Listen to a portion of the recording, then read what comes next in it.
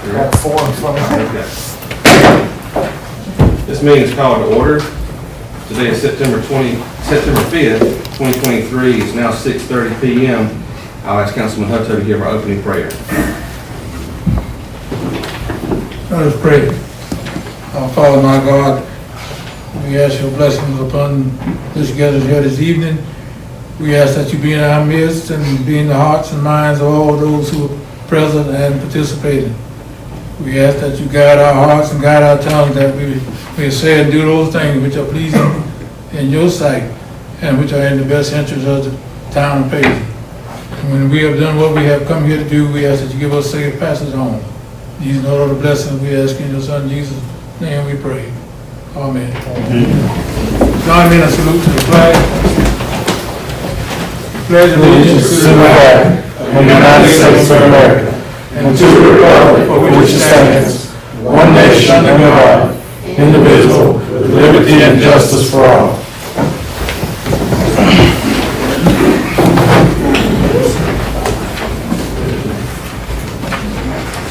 Council, you've received a copy of the night's agenda. Are there any changes that need to be made at this time?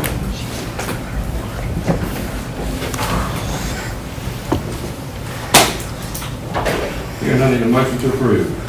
Motion. Got a motion? Second. Any further discussion? Hearing none, in favor, raise your right hand. Next on the agenda is the approval of the meeting minutes from our August 1st meeting, which is our regular scheduled council meeting. Are there any changes that need to be made to those minutes? Hearing none, need a motion to approve. Motion. Motion? Second. Got a second. Any further discussion? Hearing none, in favor, raise your right hand. Next on our agenda is the department head budget request, and we'll start out. Who wants to start out? Hey, he's standing. Come on up here. How y'all, everything all right? Good. Good evening. I'm good. We'll use some accounting terminology. Again, first. Use whatever terminology you want. All those yes or no. My biggest change in the budget was, is the 10-451-81 is the building, the fixed equipment. It was at $2,000 last year. Each up to $35,000. The cameras in the community center need to be replaced. We looked at them last year. It was like $25,000 last year. I'm pretty sure everything else has went up, so therefore it's probably going to be right at about 30 now. So that was my biggest increase anyway. Was $35,000. Was $35,000. The other $5,000 was for the ceiling at the community center. The parking lot is now cracking again, where the grass is growing up through it again, so it'll need to be sealed again. We did it about maybe 3 or 4 years ago, and it's came back through. I think Porky might have been the one that did it. It might have been prior to you. Yeah. But we've sealed it before, and I think that the only thing we can do is either seal it again or either go back and redo the whole thing. And the way asphalt is now, that's going to be extremely expensive to try and do that. But it definitely needs to be, if you ever ride by and you see it, you see the cracks that's in it and the grass coming back through it. We've put anything that we could put in it to try and keep it down, but it just hadn't helped any. So we need that redone as well. I decreased the Christmas decorations, and the only reason why I decreased it for the last 2 years, last year was, a year before last was $24,000 that we put into it. Last year was $19,000, and we hadn't spent the entire $19,000 on it this year. So if we finish whatever we're going to do this year, I decreased that down to $5,000 for the next year. That was a really big amount as far as doing it. I know all the decorations are expensive, and I know one of the reasons why the decorations were so high, we needed to redo the decorations because they were old and they needed to be redone. So I know that was the reason why we went up on it. But I just did that for this year. I think everything else I think stayed pretty much the same. And with the only other differences was the increase in cost of living, increase in the cost of some things, and then just the cost of living as far as raises and salaries and things of that nature. So I think I was going to go without saying. I think the increase in salary and raises and retention and stuff is probably going to be a common theme for every department that's coming in. tonight. We generally talk about it in our department head meetings weekly, so I'm pretty sure that's gonna be, something that you're gonna hear over and over again. But I think for, the most part, I think the biggest issues was that $30,000 for $35,000, and that's for the building fixed equipment from 2000, and then, I also added an additional $100,000 to finish off what we don't finish with the playground equipment. So it was, another $100,000 there as well to finish off what we don't finish with the playground equipment. I think, Mr. Sly will let you all know where we stand on that, somewhere in the agenda. I think, my total increases was probably right at $135,000. And I was just off that, the other line items was just the increases as far as the, regular cost of living things. And, you know, I can't guess what retirement and insurance and things like that was gonna be, so I just left that where it was. Any questions? In your, budget, replacement of, tables and chairs, that's, Hopefully, the reason why I didn't put anything in there with that, because hopefully with the increase that we did with the, of the rental, when we went up to 125 on the, hopefully that will pay the cost. We were renting for 40 out of the 52 weeks, so I figured that with that increase, we'd be able to replace some of those things as needed. So that's the only reason why I didn't put in another cost for the tables and chairs, because we'd already, I think last meeting, I think it was, that we talked about it, we were gonna replace those, we went up on that, so I figured that money and stuff would be used for that. I was trying to get ahead of the curve prior to coming into it with the salary, as far as the budget was concerned. Well, on the Quebracho sign out there, do you think it needs to be? Well, the biggest thing, and I think that, I know, Mr. Slide looked at it, Mary looked at it, and I think Timmy said something about it as well too. The biggest thing we got to figure out is what was the terms of the agreement? Quebracho is no longer here anymore, so we need to figure out what the terms of that agreement was, if we still have to have it. You know, my thinking is being that they're no longer here, we could probably sell that off to be something, you know, to name it to somebody else or whatever, but we just need to figure out what the terms of that agreement was. Because whatever it was, I've been in 17 years now, that, the park got there in like 2003, so it's been 20 years. I'm pretty sure it probably wasn't too much longer than that, maybe 25 at the most, whatever. So I think that's something that, we have to look at and see what was the agreement prior to that. But again, like I said, with them no longer being in existence, period, I don't see a reason why we'd have to keep it. And that's one of the reasons why we haven't, and that's one of the reasons why we haven't, we've painted it one time, but that's one of the reasons why we hadn't done anything else to it. We did check with Rivers Graphics to see if they could actually do a sign there or whatever, if we were to put a laminate sign saying Quebracho for the time being, because it is a bad, you know, it looks weathered and things of that nature, but I think that's going to be something that you all will have to figure out and deal with along with Mr. Sly as far as what the agreement was, how long we had to keep it. Thank you much. All right. No other questions? Appreciate it.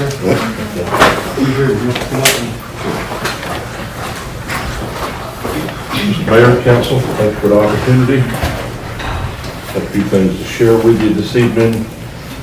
I'd like to start with budget talk with extending sincere thanks on behalf of the Paisley Fire Department and myself for the work y'all done over the years.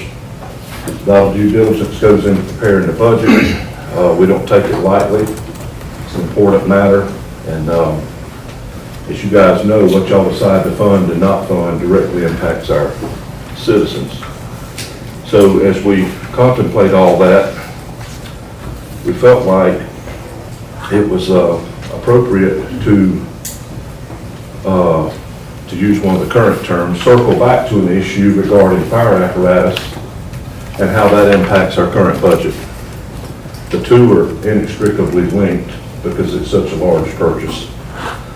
I'd like to share with you that the fire department would like to formally request council begin making decisions to more formally purchase a fire truck.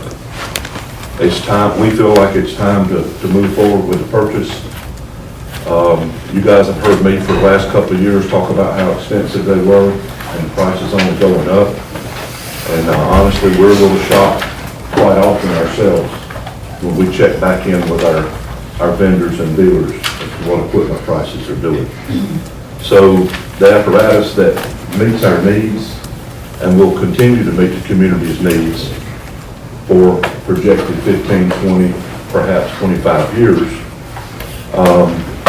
we're ready to do the final part, our part, the fire department's part, of developing the specification, meeting with vendors, settling upon the final specification, and those are important, and putting the thing out to bid, working with Mr. Sly, of course, on, our financing options and things.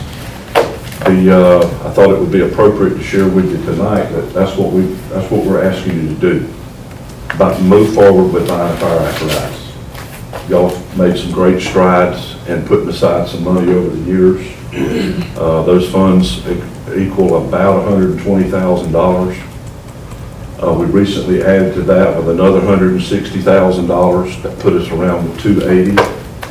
And then most recently, there's another $164,000 and some change, I believe it was, added due to development impact fees. But even without the development impact fees, the $280,000 is a sizable down payment. And just to put it in perspective for you, apparatus have increased in cost about 285% in 15 budget years. So forestalling this decision will only ultimately, A, make it longer for us to receive a new truck and put it in service to serve our citizens, but B, effectively cost more. So apparatus right now, I've gotten some recent estimates to essentially replace one of the trucks we have over there now is about $975,000 to $1,150,000. Now, here's some other things to factor in. That's with no equipment on it. Zero equipment. And that's brand new. Yes, that's new apparatus. So the industry's kind of upside down, has been for 3 or 4 years now. So has a lot of other industries. If we can follow the suit of what many other communities are doing now and get contracted and locked in on a price for an apparatus, which is what we're asking y'all to do, then the lead times on production and delivery now range about 30, 32 months up to 41 months for delivery. We wouldn't owe traditionally, with traditional financing, like we've done in the past, we wouldn't owe a payment on the apparatus until the end of the fiscal year of which it was delivered. So, for example, when the mayor in 2013, right, 2010, Mayor, that year we just received delivery of the apparatus, that was 2010, we ordered it really early 09, and we didn't have to make a payment to the end of 2010. So, for example, if we got a 35, 40 month wait, then that puts it nearly 4 years, actually maybe a little over 4 years before a payment's even due. That doesn't lower the purchase price.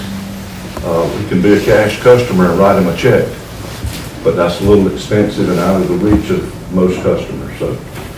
So that's our request from the fire department, is for council to take whatever actions necessary to culminate the whole process into an actual purchase. Now, there's one last thing. There's some compelling reasons to do this. We can anticipate 1 to 2 price increases a year now in that industry. Things are continue to change rapidly. The end of first quarter of 24, there'll probably be about another 4 to 6% increase. Well, when you're talking about $1 million, 6%, 60 grand. And that money goes nowhere. That's not anything that, it just goes up that much. You don't get anything else for your money, other than a new appreciation for inflation. Additionally, those funds, that's something to consider pending they're going to go up. We just don't know when yet. More than likely first or second quarter of the year. In addition, the long-awaited 2010 federal emission standards for medium-sized engines for fire apparatus, along with millions of others. The new standards kick in 2027. So the manufacturing capacity is being retooled. Anything ordered after the next probably 5 to 12 weeks is what they're telling us, runs the risk of having to meet the new emission standards, which means the new engine set will be more expensive. On the front end, maybe 45, possibly up to 60,000.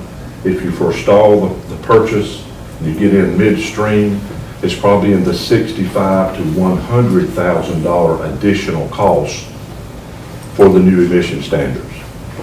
This is going to be super impactful in the industry. So one of our vendors we called today, and it's eerily reminiscent of our 2009 purchasing decision. Back then, the DEF fluid that you guys are familiar with, we got in under that motor requirement because there were 55 motors sitting in California on the floor of a factory where an order got canceled. And we got an engine, and it saved us about 40 grand back then. Kind of in the same boat now. We could save some money on an engine package. The price of the engine package we're going to have to go with is going to go up substantially. But it may not go up nearly as much if we deliberatively continue down the purchase path. So we urge y'all to take whatever action you feel is necessary to move forward with the purchase. So any questions on the fire truck before I move on to the regular budget? And this is an engine. I'm sorry. All this is an engine. Yes, Okay. thank you. Yes, Kim, an engine. Yes. Any other questions regarding fire apparatus? Okay. I guess in your package, the department head request for the 24 fiscal budget is in there. I don't know if you had an opportunity to look it over. They don't have that yet, Tommy, because we're not done with the budget. Okay, all right, so you're not done with the budget. We submitted a request to you guys through Mr. Sly. And it's essentially it's really divided into two parts as to why the increases are necessary. So the increases that we've requested are essentially in personnel salaries and the FICA and retirement that goes along with that. Pretty substantial increase there to help close our staffing gaps. I don't know that we can impress upon you enough how lightly we're staffed and understaffed during the daytime. We need additional staffing. It's critical for the protection of our citizens. That's reflected in here. And then there are a total of about 7 other line items that got modest to moderate increase requests. Those were, quick example, supplies. We've been overspending supplies for years. Y'all know what inflation's doing. You can't buy what you used to buy. So, as far back as 7 years ago, as far back as 11 years ago, all the way up through 7 years ago, we had $5,000 in that supplies budget line item. And it got cut to $2,000. And we've been trying to survive on 2, and it just ain't working. I mean, think about the inflation just in the last 4 to 6 years. So we're requesting for things like that to be restored. Some other items in here are, our protective clothing. I've shared with some of you personally and professionally that our protective clothing costs are going through the roof. So 39 months ago, we could buy protective clothing for the coat pant combination for $1,760. 39 months ago. It's $3,880 now. It goes up December the 1st, and it goes up next September the 1st again. And it takes 5 to 10 months to get it. We just got a set of gear we ordered last November. That's how crazy the market is. It's insane, actually. So we need some help in those areas to better protect our firefighters, i.e., so that we can better protect our citizens. I hope to share some more detailed justification for these items that we're asking for some increases with Mr. Sly and you guys soon. It's interesting, last point on that, as I was putting some of that together for you guys, I made the aside list on a separate legal pad of the things we're not asking for. A list of items that we're not asking for are things we need. And I mean significant things, not little things. I'm gonna give you one example. We've been over here 5.5 years with the front street sidewalk area destroyed in front of the building because the asphalt collapsed and crumbled and went away. And back then Wesley helped us cut it out and we hauled it away with the tractors and front end loaders, and we dumped some gravel at the front there to, patch up our infrastructure. We've never gotten around to fixing such things. We don't have the money. It's almost like the Paisley PD's the lot up there. It's just something that needs to be done. Those are the type of items we aren't even asking you to fix. So if you put that on a laundry list of things that need to be fixed that we're not even asking for, I quit doing the list at 41 items. So we've tried to be really conservative in our estimates of what we need and how much we need and why we need it. And we've tried to prioritize. Anybody that's familiar with the process that you guys are involved in is not envious of the position you find yourselves in, because I've been there, and of course you're here. But there's always more need than there is revenue, right, Mayor? Always. And sometimes it's a tidal wave of needs more than means. So we appreciate y'all's consideration, and I'd like to answer any questions either of you might have about the fire department's budget report. What was your approximate increase? I'm sorry. Do you know what your approximate I'm increase? sorry. The overall Yeah, just overall. that we put in. Just trying to get an idea. You don't have to be exact. Okay, I'm sorry. I should have had that. No, that's, no. The net increase that we proposed was an additional $31,950. Okay, But you know, the devil's always in the details, right? of course. The $40,000 set aside for a fire truck purchase for the last 3 years is not, it's zeroed out in here. So if you added 40 to that, it will be a little more reflective of the whole deal. However, if we move forward with a purchase, that item could theoretically be zeroed out because you're not going to owe a payment for 4.5 years of any kind. And with a little luck, and the good Lord willing and the creek don't rise, our development impact fees will continue to flow in, and we may not owe a nickel on that truck probably by the time we get it, or after year 1 or 2 of making payments on it, the money will come in to pay it off. That's my hope.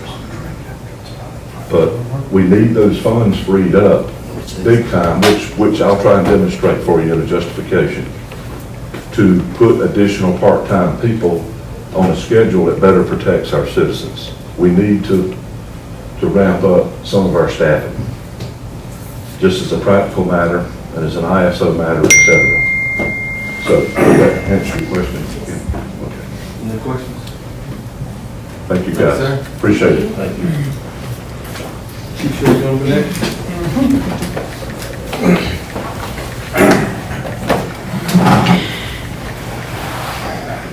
Evening, Mayor, Council. Try not to take up too much time, but there's some things I kind of want to go over. One of the things, we've asked for a couple of things, but I think one of our biggest things that we've got to look at and address is kind of what the main part I'm asking for is going to be requesting is the additional funds for a salary increase, because I think left unaddressed in time will result in staffing deficiencies that will adversely affect the police department's ability to provide the expected quality of service designed to keep our citizens in Paisley safe. As of now, we have a good group of officers, probably the best that we've had, the caliber of officers that we've got. We do not want to take a step back, and we want to continue to move forward from here. The issues that we're dealing with is that all the surrounding agencies are paying more and that we've lost officers to surrounding agencies in the past 3 years that's competitively paying more than us. And I think with us leaving it unaddressed, that it's gonna leave us lagging behind and put us in a place to try to catch up and stay competitive. Just as an example, Chesterfield County Sheriff's Office, we are 15% or $6,000 a year lower on our salary than they are. Lancaster County Sheriff's Office, we are 39.13% or $18,000 a year lower on starting salary than they are. Lancaster PD is 29.89% or $13,000 a year higher on their salaries than we are. And I'm not asking for a 30 or 40% increase. I'm asking for a 15% increase, which at least puts us even with what Chesterfield County Sheriff's Office is paying.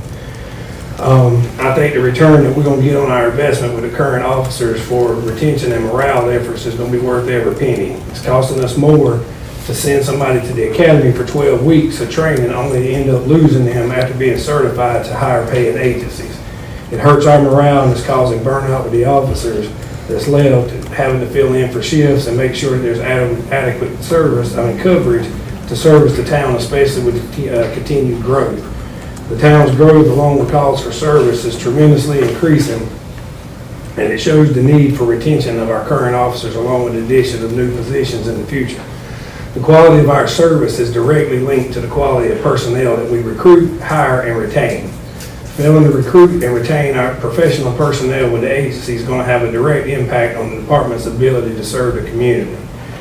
And the whole budget itself, we asking for less than half the things that we need, even with the rising cost to do business and all. And I also wanted to mention, just to put in perspective about the training and sending somewhere else. We've lost, we've sent 8 officers to the academy since 2020. We have lost 3, we've lost 7 officers in the past 3 years to higher paying agencies. And we have sent 3 that went to another agency.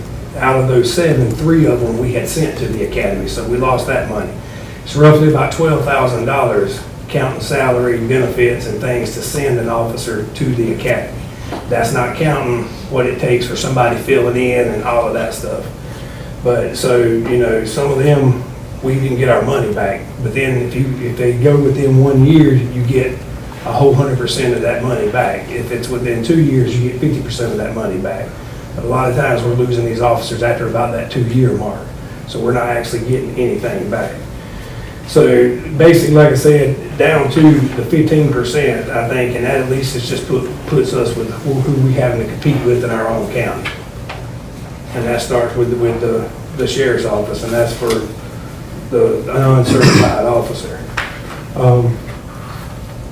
Roughly what I'm figuring, and I don't know exactly, but I gotta sit down on the slide and still work out some figures. We're still working on some things. But my whole total budget that I'm gonna ask for, including increases and everything else I need, is gonna be roughly $140,000 with what it would be. That's counting everything. What I asked for is our printing supplies. We went up $200 to $5,200. Other supplies, we have $4,000. We're asking for $4,200. Safety supplies, we went up from $500 to $600. Membership and dues, they went up on us. We went from $400 to $500. Travel expenses, we went up from $1,500 to $1,700. Our vehicle operations for the gas and things like that, because we know prices went up. We had $35,000. We're asking for $36,000. Our vehicle repairs, we're getting hit this year with more, and prices is going up on us. So we asking for $4,000 more in it for a total of $24,000. Teletype, that's something that we do with pay SLED and different things to monitor stuff for us. It's going up. So we asked for $500 more in that account. Our prisoners, we're trying to bump it up to $8,500 from $8,000 because now we're arresting more people, we're busier, so we're having to pay more. Plus the county is going up to, I think, $50 a day on us when we were paying $25 or so. So I think they're going to increase their charge for us to house them. Our machinery and equipment, we went from $5,000 to $5,200. Building repairs, We were at 8,000, we're gonna ask for 9,000. Uniforms and clothing, we asking for about 28% more. We're going from 6,000 to 8,000 because our shirts are about 33% higher is what we have to pay for shirts and uniforms. Miscellaneous, we're asking from $1,500 to go up to $200 to $1,700. Our computer maintenance, things like that are going up on us, so we want to go from $3,000 to $4,000. Our radio maintenance, we want to go from $3,000 to $3,500. Vehicles, I think last year we had roughly somewhere approximately about $70,000 in it, but with the increase of vehicles and everything, we're going to ask for $97,000. But just the increase, it's going to take us up about 27, somewhere around there, but that's for the outfitting of the vehicles and the vehicles and all, because they went up on all the supplies and stuff that we have to outfit them with. Our vests, bulletproof vests, they're actually going up, so we asking for 22% more, so we're going from 2,000 to 2,500 a year on that. Training and qualifications, again, standards of training is going up and being required of us, so we're asking for 3,000 up to 3,500. One of the other things that we're wanting to try to do is wanting to try to get a K-9 program and get a K-9. We should be able to pull that off if it's approved by y'all with being able to use donations and the remaining part, which won't be out of our drug fund that we've already got. So it won't be any existing money for the town. The only thing we are going to ask is for a budget to be created for $3,000 a year for the maintenance of the dog, the feed, to take into the vet bill and all that. We have $1,000 that goes into another fund for National Night Out, but we do other outreach programs instead of doing the National Night Out now. We just want to allocate that $1,000 over to that K-9 fund and just add an additional $2,000 to it for a total of $3,000 a year just to be allocated to the K-9 fund. And that's pretty much everything I've got. If y'all got any questions or anything. Any questions? What's your total increase? It's roughly about $140,000, and we may be able to work on that and tweak it some one way or another, say maybe some more Trying to things. get an idea. Yes, ma'am, and some ideas that I've got that maybe we can work on, but just roughly, that's counting everything. 'Cause we tried to forego asking for a lot of other things to try to put the majority of it towards the salary part. Any other questions? Thanks. All right, thank you. Mr. Johnson.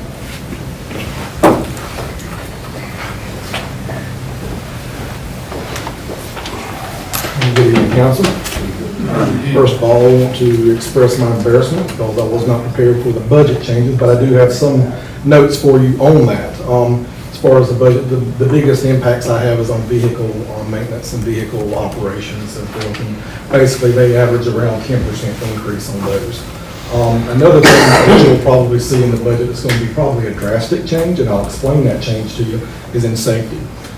Currently, the budget's like $500, and I think there's two different categories in safety. I'm increasing those to $8,000 each, and this is the reason why.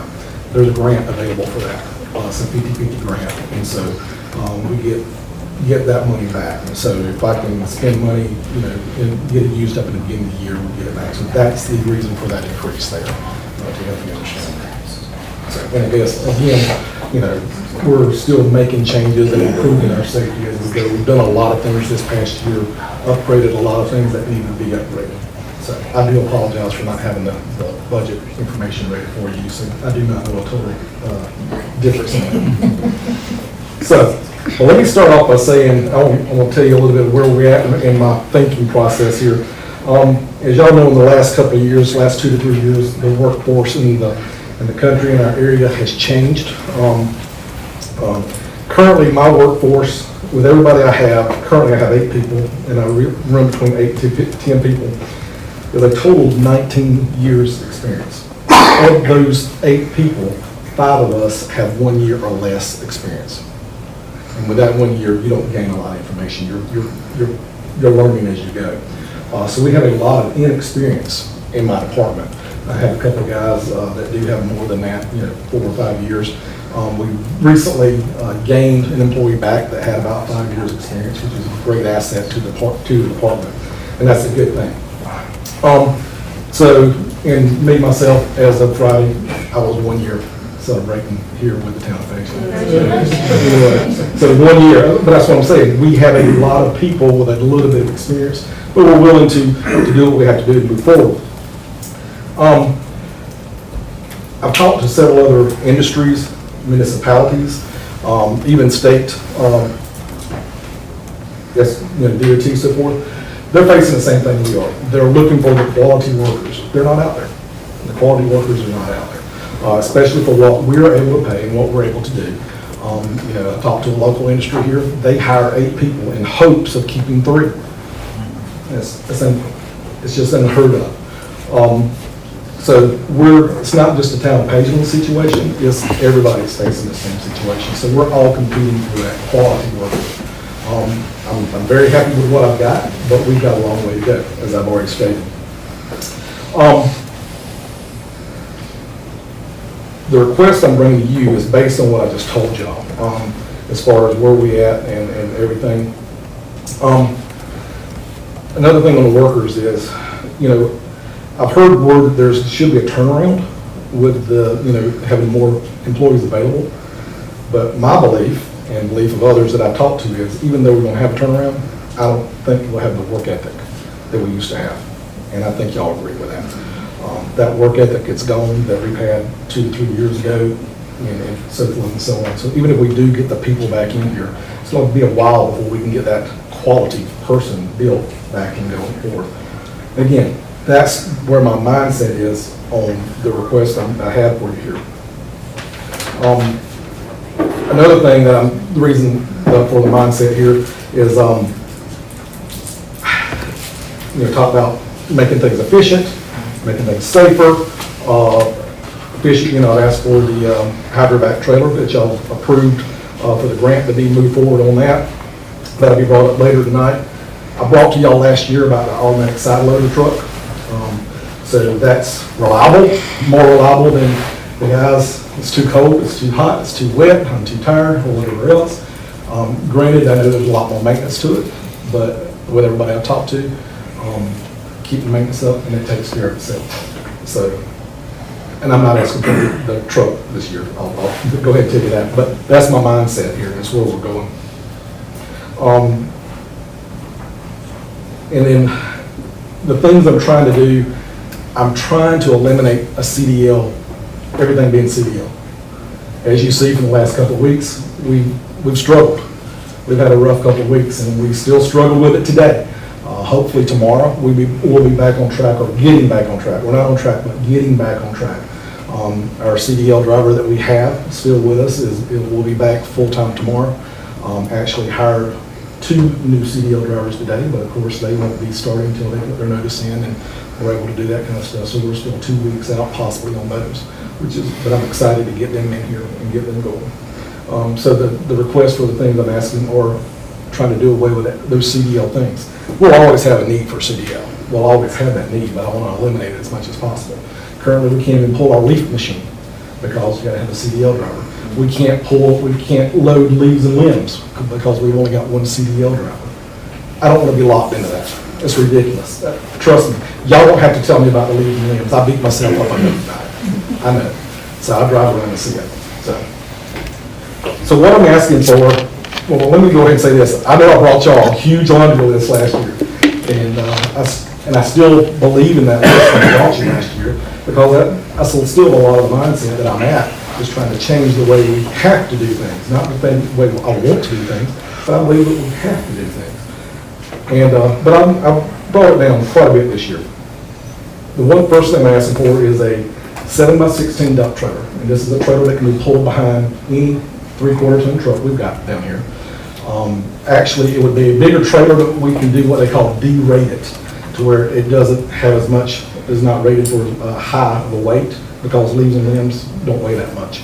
And so we can put it behind our F-350 down there, and it doesn't have to have a CDL driver. Granted, it's a smaller capacity, but we were going right down the road to Carolina Landscape to dump. So if we do it, maintain it every day, every other day, send 2 guys out, take care of it, we're good to go. Got several quotes on that. Big Tex trailers out of Indian Trail, around 15.5. But that's only for a 2-foot side trailer. Leonard Trailers out of Monroe is around 14.9, that's for a 4-foot side. And Pageland Farm Equipment is actually getting ready to get into the dump trailers. They're changing their trailer dealer, and theirs was around $13,000 for a dump trailer. So those are just rough estimates on the dump trailers. To go along with that, we currently use the 4-in-1 bucket. Causes a lot of damage when the guys go out and get the leaves and limbs up and so forth.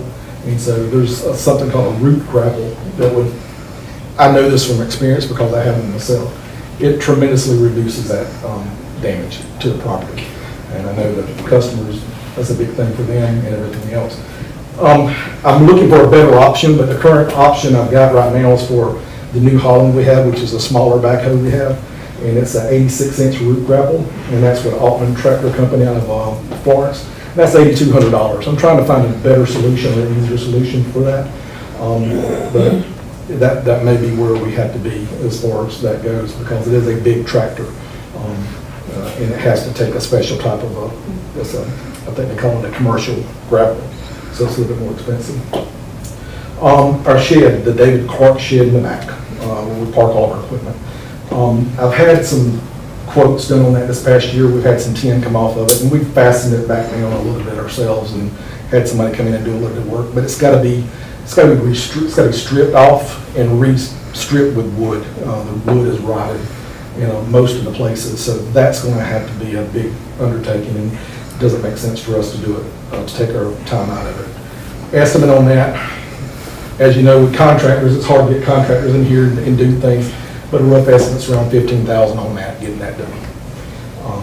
And then fourth thing, it was what I mentioned last year, was the fence around the wastewater treatment plant.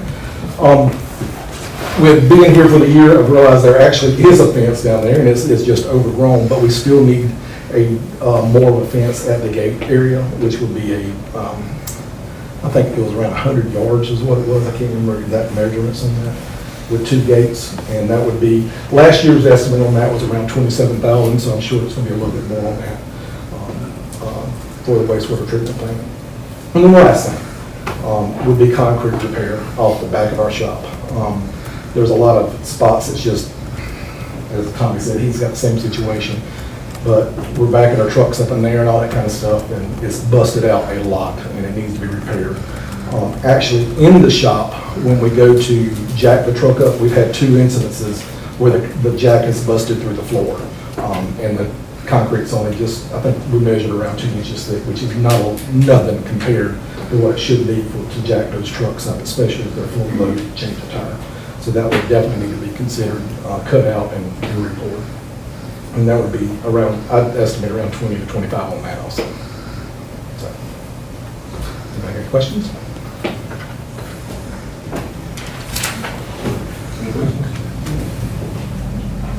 Thank you.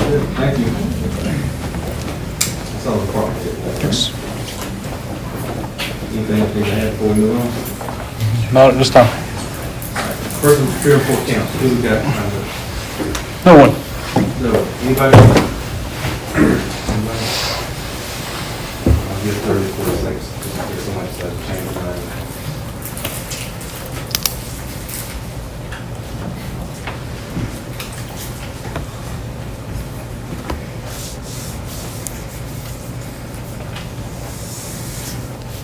All right, we'll move now on to old business. First item, victims advocate money. Mr. Sly? Mr. Ford said that he hasn't had a chance to get that as of yet, but he will be, he hasn't gotten here yet, but he's supposed to be coming, so he'll be following up with that. Next item is the jetpack bids. All right, jetvac bids. So we put out the bids for the jetvac. You should have a copy of that in your packet there. We received 3 bids, the low bid of $88,122.60. But when reviewing their quote compared to the information that we put out for it, there's several things that they did not meet as far as what we requested. And there's a copy of that that bid specification sheet there, and you'll see it marked up there, right behind that first quote from Vermeer. The other side of Vermeer's, what, the end of July, end of January? End of January. End of January on even being able to get us something if everything was correct on their bid. The next one is $101,968.20 from Jetback. They said that they can have us one week or so. Tomorrow, excuse me, tomorrow. He's walking down. And and they met all the specifications. The third one was Joe Johnson with the TruVac quote. They included a copy of the bid spec sheet, and they made a couple notes of a few things that were different on theirs that did not meet the same, but their quote come in at $127,500.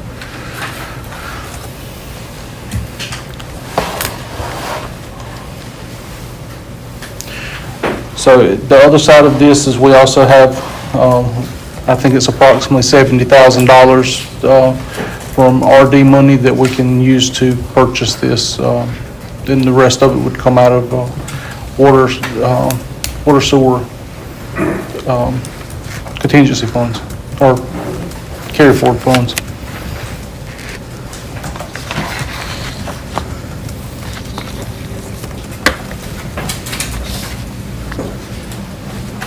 And putting out the bid, were there any particular specs that were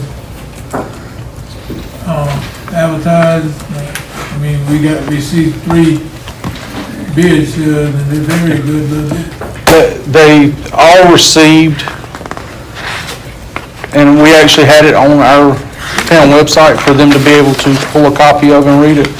But they all received a copy of this.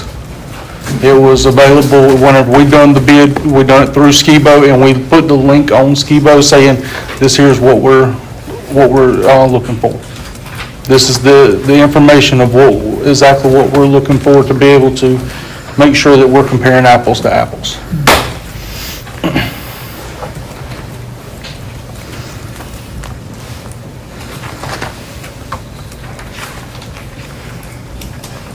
In my review with this, with Mr. Sly, it'd be nice to build a award to the low bidder, but because they do not meet the mandatory requirements or material requirements of the specifications, they should be deemed non-responsive. If we were to go to award the contract to them, number 2 offer the protest, and this would be an easy rebid type situation. So,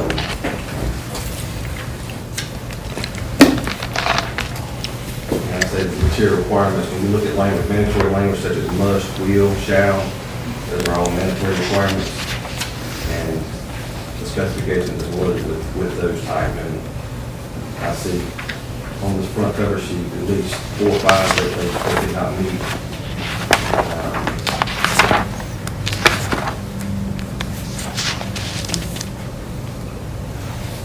And there's some places there was no answer, so there's a question mark out beside it, and it's all through the, What brand actually did the sample's not the right word. Demonstration? Yeah. That was the Jetback, Ring-O-Matic. That's the middle bid.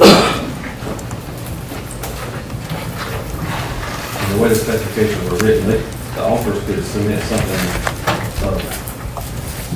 that exceeded the specifications, but they did not see anything, well, except a few places where it looked like maximum total width 85 inches. Those things had maximums, but everything else was a minimum, and they could exceed that. But,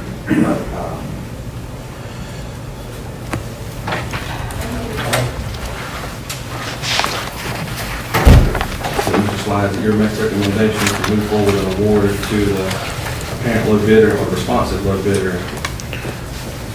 Let me get my page again. Jetback for a total of $101,968.20. it's my recommendation that we go with the Jetback. Any questions, comments from council?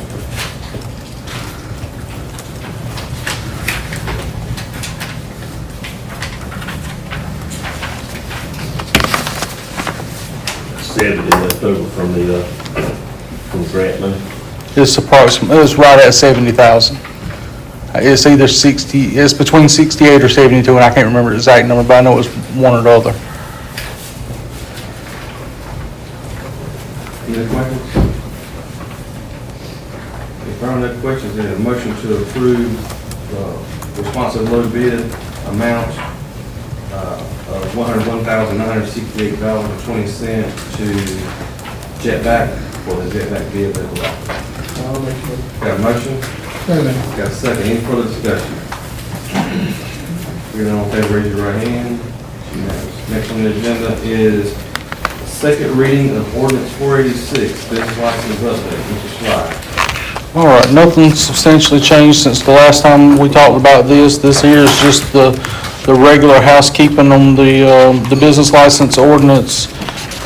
I think there was a few little changes that the state had on some of this, but nothing substantial that affects anything that we're currently doing. Any questions, comments from council? Hearing none, need a motion to approve second reading of ordinance 486. Got a motion? Second. Any further discussion? Hearing none, in favor, raise your right hand. Unanimous. Next on the agenda is second reading of ordinance 487. This is rezoning of tax map number 031, 001, 001, 037 from NC neighborhood commercial to GR and GR residential. This again, is second reading. Anything you need to add? Nothing has been, it's gone through planning commission, it's been approved. And there's a map of where that property is. It's about a block over from Mr. Baker's house there.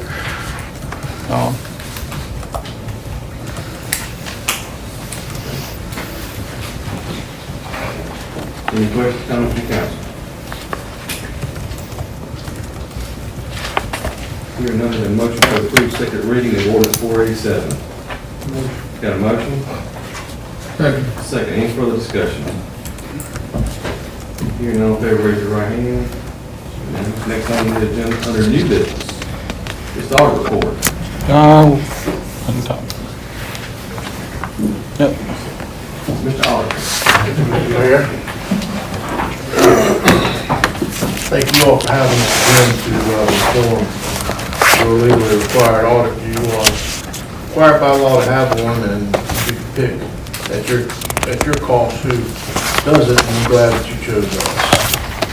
If I can get my iPad to work. There we go. All right, everybody should have a gray ring back as our report.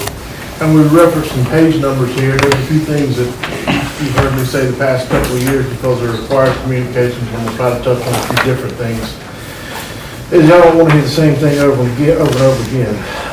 Page 1, this is the most important part that you're looking for. Folks, those page numbers are on the bottom corners of your for each page report. Page 1, we had to change up the format of this auditor's report this year. And so right off the bat, instead of telling you what all we're gonna do, what all you have to do, what all other third parties have to do, we're gonna go ahead and tell you that we found that your financial statements are materially correct in all respects and can be relied upon by the users of the financial statement to make decisions on the creditworthiness and other matters, whether or not they want to do business with the town. You can see on page 2, we go into an exhaustive list of responsibilities for the auditor. Then we talk about on the bottom of page 2 and page 3, and some of the required supplementary information and some of the supplemental information that's just added in here for the additional analysis. But overall, you folks got a clean opinion, as you always have, and those scope limitations, and there wasn't any limitations or bridles on the information we needed to get from your staff. We spent about a week here in May, and probably about another week to week and a half here in July. Your administrator has expressed to us that it would be more helpful to him if we were able to complete and deliver this report earlier in the year. And so we've made plans to do so. All right, I'm gonna jump around on you a little bit, but this is the second most important thing in this report, and it's also required, page 50.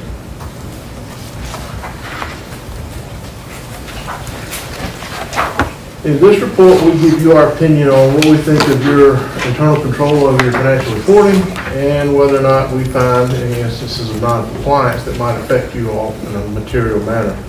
First of all, no internal control system is perfect because we're all human. We're all going to make mistakes. This thing's going to happen. We're going to be wrong. But and additionally, this was not a gotcha engagement. We didn't come in here with a microscope and say we're standing here until we find something wrong. But over the course of our work, which was several weeks, we didn't find any situations where we felt like the benefit of the change would outweigh the cost of the implementation and moving away from the old way you were doing it. Your system isn't perfect, but with the system of checks and balances you have, not only the preventative controls, but also your review controls, we feel like it's pretty sound. Let's go on page 51. One little small paragraph says report on compliance and other matters. There's more packed in this one little paragraph than probably the rest of this report, because you're required to be in compliance with the IRS, the Department of Revenue, people at the State Treasurer's Office, DHEC. I could go on, but you folks get the picture. You got to withhold payroll taxes and send them in in the right amount on the right date. You got to send in health insurance money, retirement money. You got to pass the DHEC test when they test your water, when they test your discharge. You got to be on case. You got to be on cue with the treasurer's office for sending your police fine money, etc. Again, this was not a gotcha engagement. We didn't come in here looking to find something so we could hang your administration on, but over the course of our work, we didn't find where any of these quote-unquote fell through the cracks. Okay? Also legally required to talk about, trying to get over here, iPad. The iPad watched too much football this weekend. All right, page 19. Page 19. This is where, in your general fund, which is your main operating fund, which contains your public safety, your sanitation, parks and recreation, and your general government. This is pretty much everything that goes on in the town except for water and sewer operations, okay? Pretty much. You can see you have your budgeted revenues by source, and then your budgeted expenditures by basically department, okay? And you can compare those to the actual figures, which is the column second from the right. And you can see whether the variance was favorable or unfavorable, all right? So, Shane was a little disappointed, and I told him it wasn't that big a deal. If you see the bottom line, the net change in fund balance was a negative $45,000 for 2022. If you put that into perspective, you folks had about a $3.15 million spending budget, and we missed it by 45 grand. And we can make it up by 45 grand next year. What this does is you can tell, if you look at those variances, I think it's pretty evident we were conservative. You folks were pretty conservative on the judging the amount of revenue you were going to have coming in. Matter of fact, you had $265,000 more come in than you had budgeted. And because of that, that probably drove the excess capital expenditures that you had because you had more money that was coming in than you were expecting.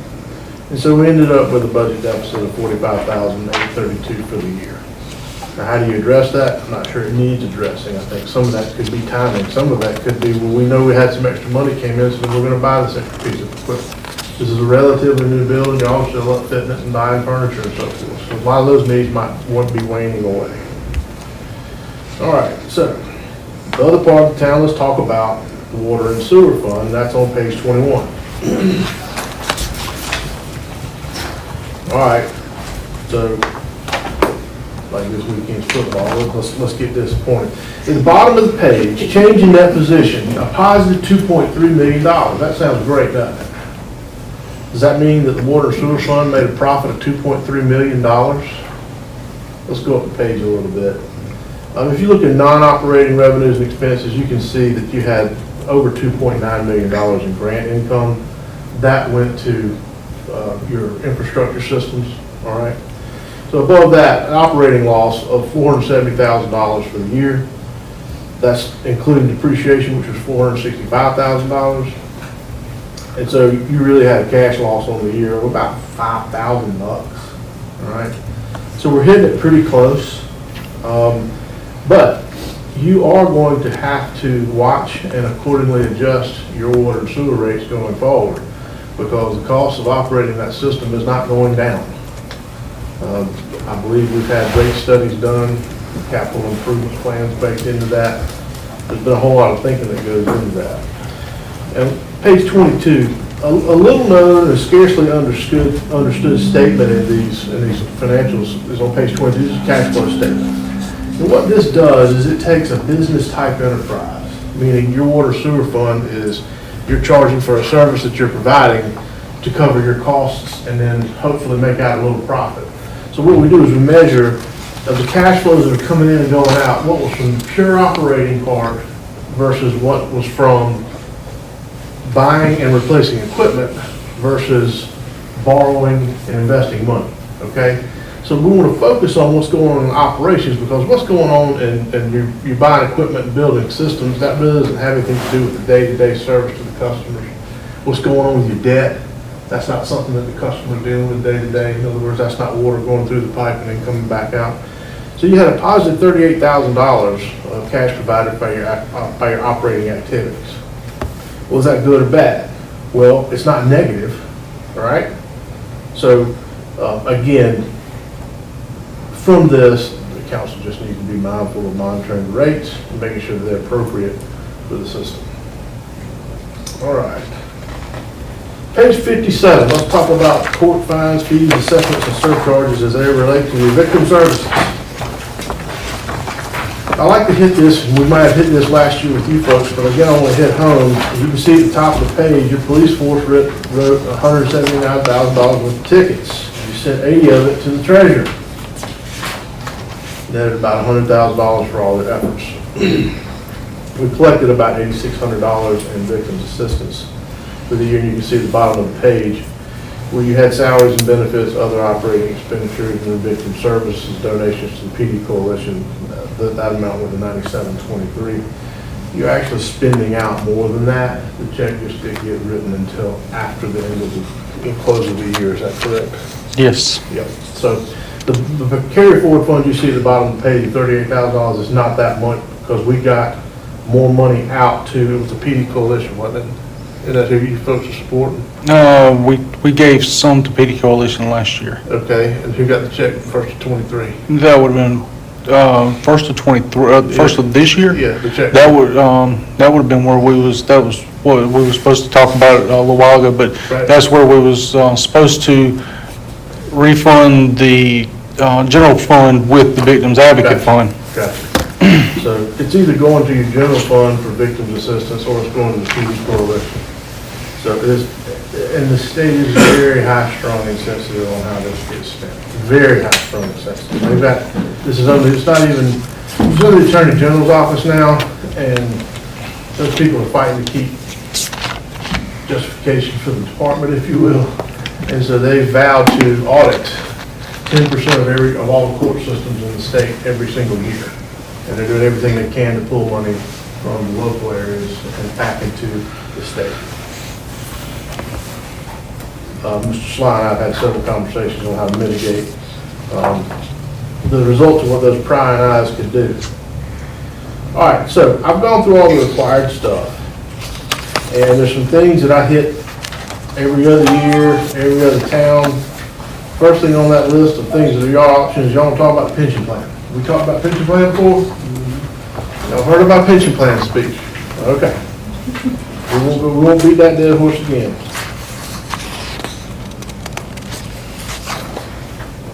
Where is, let's talk about long-term debt. We talking about debt last year? Let's go to page 44.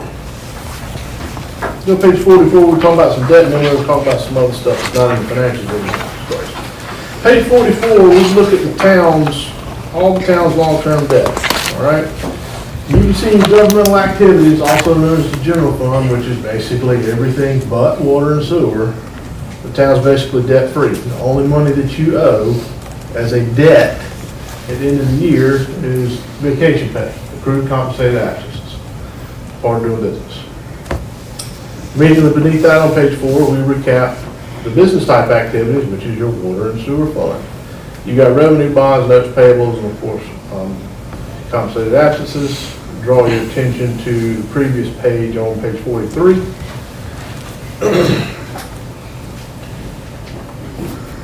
This is what's a lot different than it is now. If we look at the very bottom of 43 and the very top of page 44. All right, we had an $8.5 million loan in 2019. We had a $4 million loan in 2019 as well. Series A and Series B of the USDA bonds. Those interest rates are 1.125%. You're not getting that today. Okay? So the total outstanding is around $14 million. And so if your interest rate was 4% rather than 1.1%, you'd be paying 4 times as much interest as you have been. And what are rates going to do? I don't know. Turn on TV today, they'll tell you one thing, turn it on tomorrow, you hear another. I don't know what they're going to do. They're more expensive now than they've ever been. All right, last thing I'm going to touch on, and then I'm going to press you on to give me some questions, is on page 45. All right, page 45, tax abatements. This is a disclosure rule we came into a couple of years ago. It doesn't show up anywhere in your financial statements. It doesn't have any effect of economic value, but what we have to do is, you folks, through the county mainly, have entered into fee in lieu of contracts, meaning an industry or a business has negotiated with your county to either build infrastructure or to provide a certain amount of jobs or certain other criteria that they're to be held to. And in exchange for that, the county, as well as the school district and the towns, give up some of the tax revenue. Right? So what the town did, the town shared the results that the town has from this agreement that was done at the county level, is y'all gave up $138,000 worth of property taxes. But those fee in lieu of taxes came back at $69,000, so your net cost for whatever the benefits you gained from those industries and businesses was $68,000. Now, what is this and why is it happening? This is why we go to a county council meeting, okay? A lot of these decisions are made at that level. When we go all over the state, we see what these fee in lieu agreements mean. A fee in lieu agreement means we will keep your property taxes low, or we will cut them down to X amount and lock them there for 10 years in exchange for a fee of, and we're going to set that fee for 10 years, 20 years, whatever, in exchange for X. We haven't found anything really crazy or egregious. We do a neighboring town, Sherrall, they got canning plants, it's natural, provide economic incentive to keep business open, jobs there and all that. I won't name the county, but it's an area that we do business in. They engaged a solar energy company that contracted with Dominion Energy to take harvestable farmland and put up solar panels, black plastic. And for that, they got a break on their top property taxes and a locked-in fee for 40 years. Something that's built to sit in the sun, do you know anything that's built in the sun is going to last 40 years? Anyway, thought y'all would find a little humor in that and read about fee in lieu of taxes and economic incentives and economic development. Also, a lot of this economic development is done in executive session because you can't let the public know about secret negotiations we're trying to do. Different districts are competing for different employers for more jobs and so forth. When you hear about that, just let your ears prick up a little bit. You heard a little bit about it here. And sometimes things might be, you start hearing 30 and 40 years, something that they're going to get a break on longer than it takes to pay off your house. It's usually some questions are appropriate. All right, those are all the ones that I thought I was required to tell you.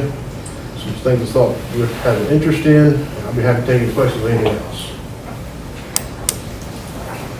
Any questions from council?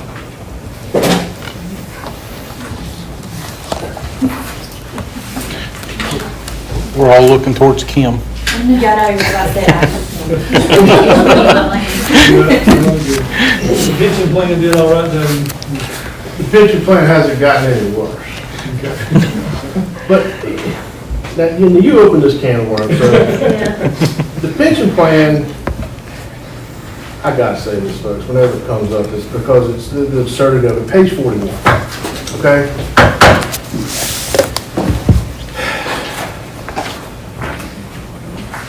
Page 41, some of the assumptions and what the liability is going to be is that they're projecting salary increases of 3 to 11% of every single employee in the plan. Now, Shane loves that. He's going to get a raise between 3 and 11% every single year for the rest of his career. That's not right. But when you say the projected salary is going to increase this much every year, that makes the obligation go higher and higher. All right, look at the second table there. Public safety and firefighters. What the 2020 public retiree of South Carolina males, they put a multiplier of 125% on a fireman's life or a highway patrolman's life. Okay?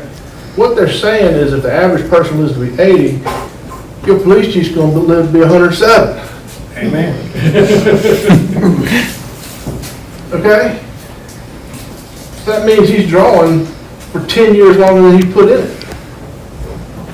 Now, you have to ask ourselves, are these assumptions reasonable? If you see above that, we're talking about educators, well, they're putting a 95% multiplier on those females, if you will, in the classroom. Kids are taking years off their life. That makes sense. But to put a 125% multiplier on a fireman or a cop, anyway. The pension fund's fine. We're still dealing with projections, dealing with these assumptions, and that's what makes it look worse than it really is, in my opinion. All right. Anything else?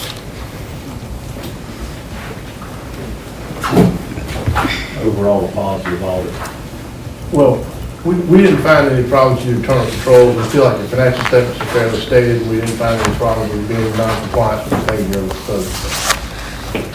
But the financial results speak for themselves. We don't opine on whether we think that you had a budget loss of $45,000 is good or bad. It's did you follow your other rules and were you in compliance with the other rules imposed?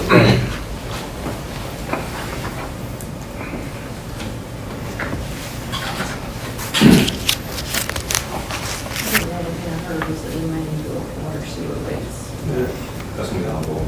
And that's not surprising.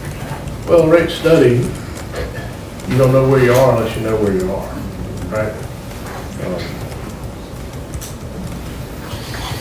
Any other questions?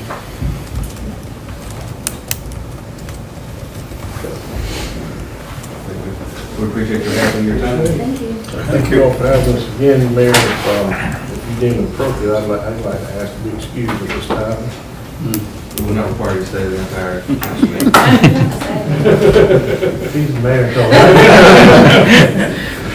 Mr. Slime knows how to get a hold of me or anybody in my office if you folks have questions later on. Thank y'all for having us. Thank you. Thank you, Bill.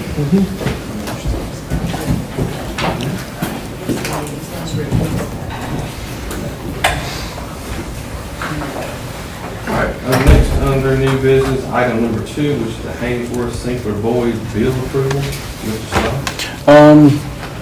The next amount that we owe them is $10,143.10. I need approval to pay that.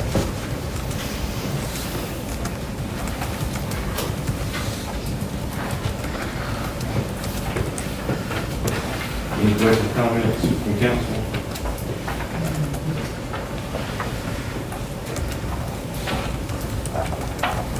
Or I need a motion to authorize county administrator to pay the bill to Haynesworth Sinkler Boyd in the amount of $10,143.10. We have a motion and a second.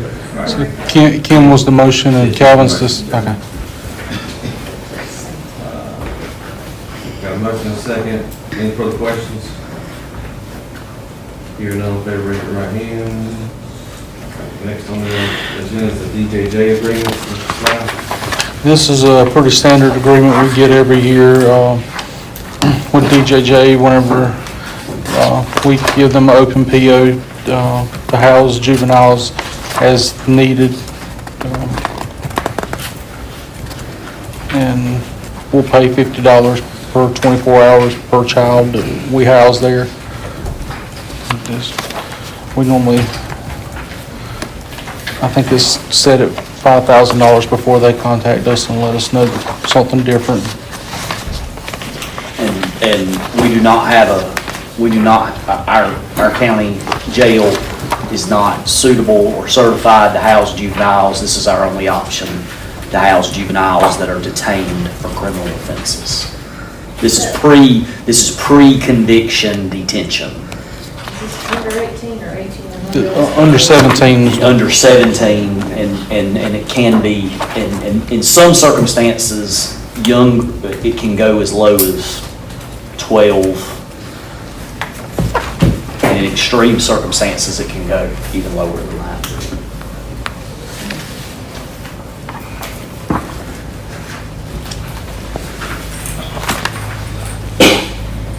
Any other questions?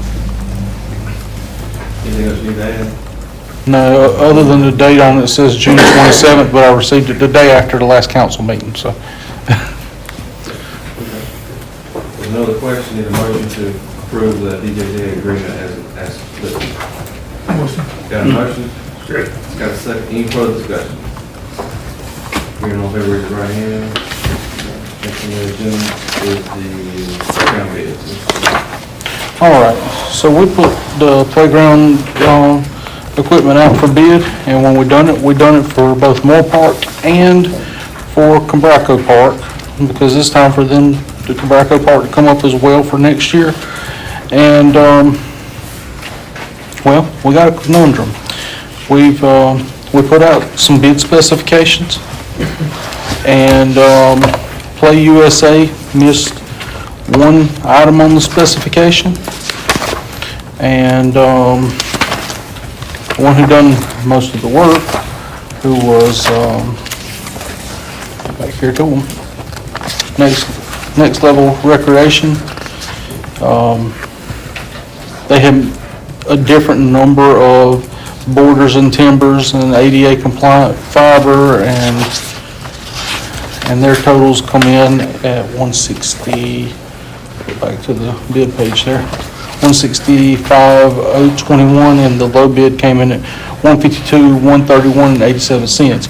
So technically, both of them missed the mark, but the first one missed the mark by one set of bongo drums. One set of bongo drums? Yes, it's a piece of ADA. It's a piece of ADA equipment, and we do have ADA grant. What was the second one, border timber? The other one, their timbers had 6 more of the 4-inch border timbers and 40 more yards of ADA compliant fiber wood.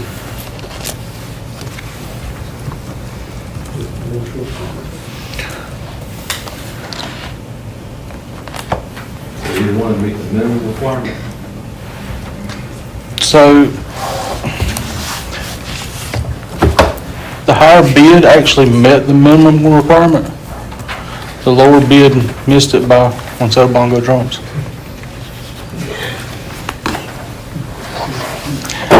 And the plan was to go ahead and while the equipment's on sale, because it's on sale for 40% off till the end of the month, go ahead and bid it out, because we can pay half up front and half whenever it gets here, and then whenever it gets here is expected to be after mid to late January. I have a question.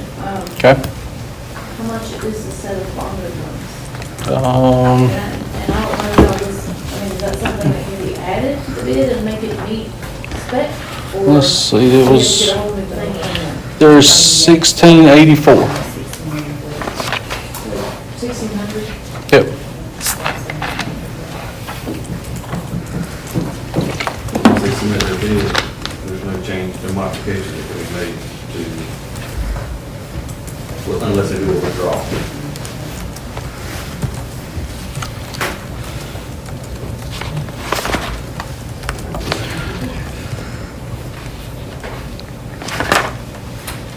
Was USA placed Well, on state contract? I'm not sure. Actually, you know what? You know what? Both of them missed that extra set of bongos.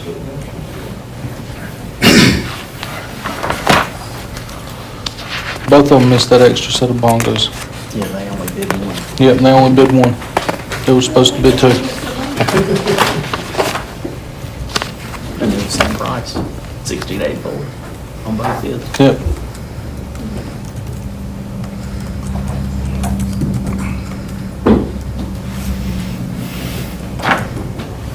They even have the same number. Well, I specified the model number in the, Okay.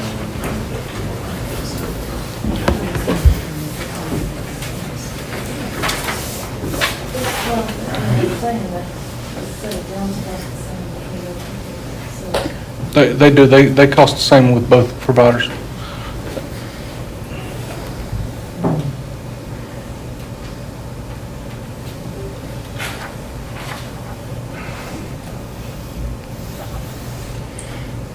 So does that work? So- Is it one and then add, or do Since they? both of them missed it, you need to Do do. you say like, hey, can I- I- resubmit it? Is I- that what you have to do? I'm probably gonna have to have another council meeting before the end of the month, because there's several things that's we're probably gonna have to have your attention. If you would like us to rebid them and say, hey, look, you need to re-review the spec sheet and send us a bid back, then, That's it. and we can, Oh, I follow the rules. Yes. Right. That's what I'm asking. right, So my recommendation is to reject all bids and have them bid as specified and bring it back to the next council meeting. You agree with that, Jamie? yeah. Any other questions? If not, need a motion to reject all bids received for the playground bid, and they are to re-bid as specified in the solicitation provided by the county administrator. For a new bid solicitation. Got a motion? Second. Any further discussion? Hearing none, favor, raise your right hand. Next, that's on the agenda. Subdivision ordinance rewrite, Mr. Sly. All right. All right, you should all have a copy of the subdivision ordinance that was rewritten, earlier in the year. Y'all authorized us to reach out to the COG on rewriting this ordinance. They sent in some stuff. The planning commission reviewed those, sent them some changes back. This here is the final, after this planning commission's reviews. You should all have a copy of it. I urge you to take time this month, read over this. If you'd like to see what our current ordinance says, I can get you copies of the current ordinance. And so you can see what the differences are gonna be. But this here's the final product, unless y'all have additional changes or see something that you know, y'all need to add or take away from it. This is just information purposes tonight. Yes, there is no vote on this tonight. Any questions?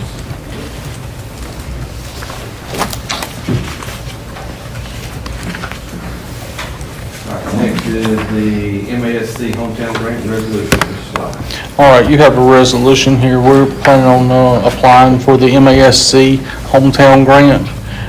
In that resolution, we state the matching funds, and by the way, the matching funds for this is $1,250 by the town because of our population, so we only require a 5% match.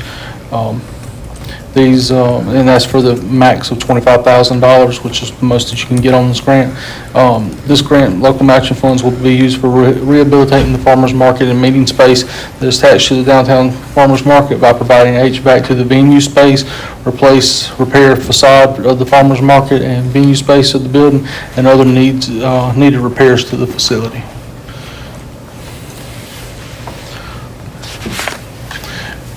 And I ask that y'all approve this resolution to allow me to apply for this grant. Any questions, comments from council? So the other half's gonna be a new, That's the plans for it at this point. like, It won't be, it'll be more of a space where it can be today it might be a venue, tomorrow it might be open with music, the day after that it may be pop-up shop. It could be several, Because there is an issue of parking. Right. Because we have a business downtown now, across the street from there. If you have an event at like 2 o'clock, and 40 people go, there's not gonna be any parking for our customers and everybody else's Right. customers. So we're gonna figure out something about parking before it opens up. right, I just wanted to throw that out there, just Okay. because we do have a business directly across the street from it now, and I don't Right. want to lose parking spots and our customers because of that. I understand. So, just wanted to mention that. Any other questions, comments regarding the resolution?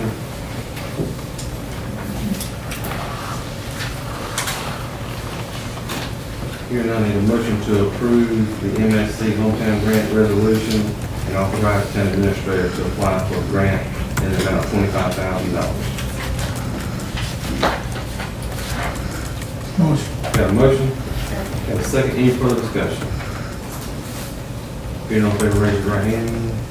And this next on the agenda is the T-Mobile grant resolution. Mr. Sly. So for the T-Mobile grant, they request that, they request for a letter of support, and in lieu of a letter of support, we drafted a grant that very much reads a lot like the MASC, because I repurposed the resolution. But to show that council supports this and the continuance of making sure this project gets carried out if we're awarded a grant through them. It's a 12-month time frame on completion. If we are awarded by T-Mobile, the T-Mobile grant is a hometown grant program, something similar to the MASC grant program. And what we've outlined here is to use same thing to rehabilitate venue space, market space, and the market space owned by the town, currently known as the Payson Downtown Farmers Market. So we're going to use the funds from that to do some rehabilitation on that building as well. If we're awarded that, we can ask for up to $50,000. I'm going to suggest that we don't go that high, because anything over that, we got to sit down and show where additional money may come from, including contingencies if something, we get in there and find something wrong. So I'm going to suggest we back off to the $25,000 and do some projects within that $25,000 to make that work. Any questions, comments from council?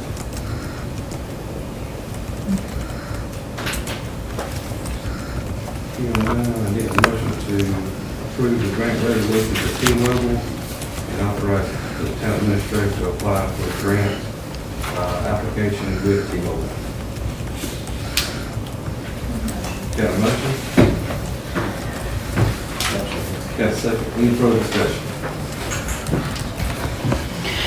If you don't have to raise your right hand. And next on the agenda is ministry events.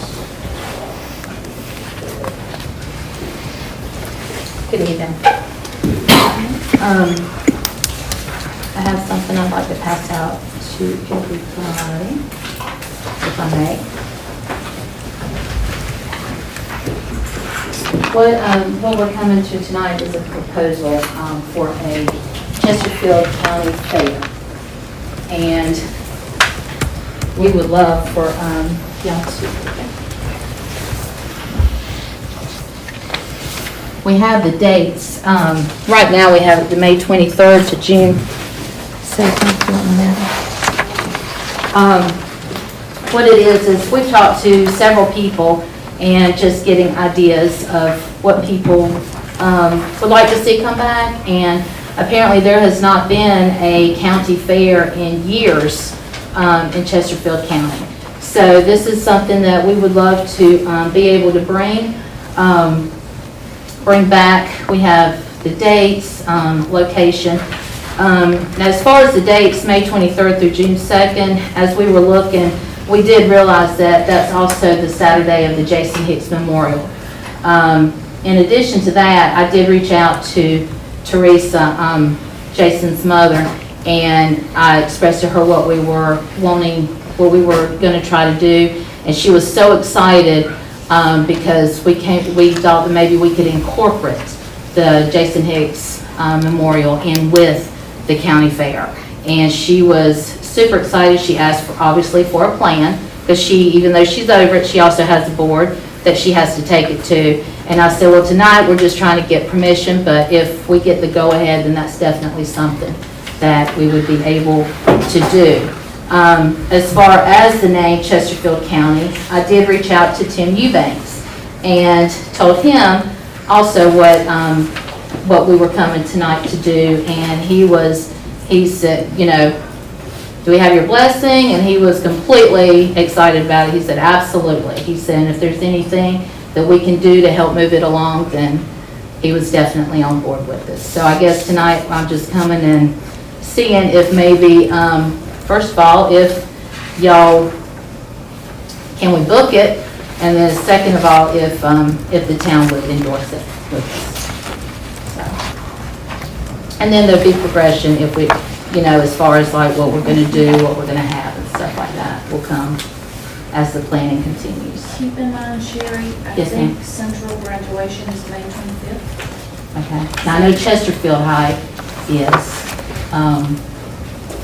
yeah, I know Chesterfield High, but Central's is too. Central's is 25th. Okay. So I was gonna let you know, because you might could incorporate something for the graduating Absolutely. seniors, or, but I know probably during that period of graduation, there might be a little lull. Absolutely, yes, ma'am.